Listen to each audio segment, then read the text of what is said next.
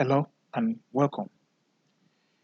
We are back to Bizkit, the business kit, and today we'll be talking about the inventory. And as you can see from my screen here, we're talking about is I actually like this module myself. It's very cool stuff. Yes.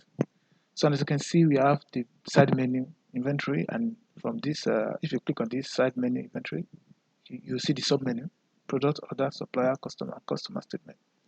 I've actually taken my time to open the tab, so it won't take much of our time today. So we'll just go straight to the point. So let me hide this. And from my screen, as you can see, I have one product already that I'm selling.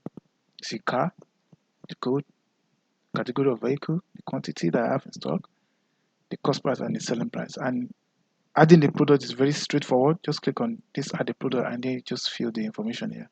And then you're good to go. And there's something I want to show you here. This product category. And if you click on this, I actually have one, but you can actually add new one on the fly. Just give it the name and then you're good to go. So another thing here is that you can upload your product.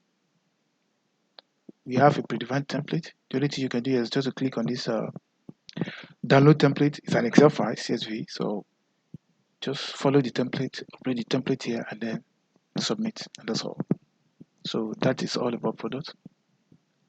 So let me go to purchase order. So if we go back here, we have order. So this actually how you make order. Here's a page. You select a supplier, or you add a new supplier to give you the form that you need to fill to add a supplier, or you select one. So your system is telling me, okay, you can put your supplier details, and then you can select the product you want to purchase. In case of me, selecting my car, the quantity, the unit price, the total, and then if I want to remove it, I can remove it. I can add more, or add another sale, another purchase, description, and I can save. And I can, because I didn't fill all this thing, that's why it's not showing me to make a purchase. Yes. So let's go to supplier, and this is where you keep the record of your supplier.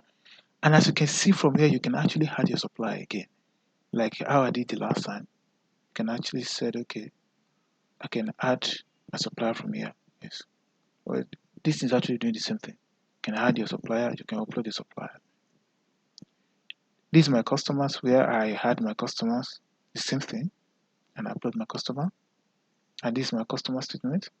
If I have any customer, I will just select the customer name and then the statement start and end date and then generate to show me all the transaction of that particular customer. So that'll be all for today. Thank you, and I'll see you next time.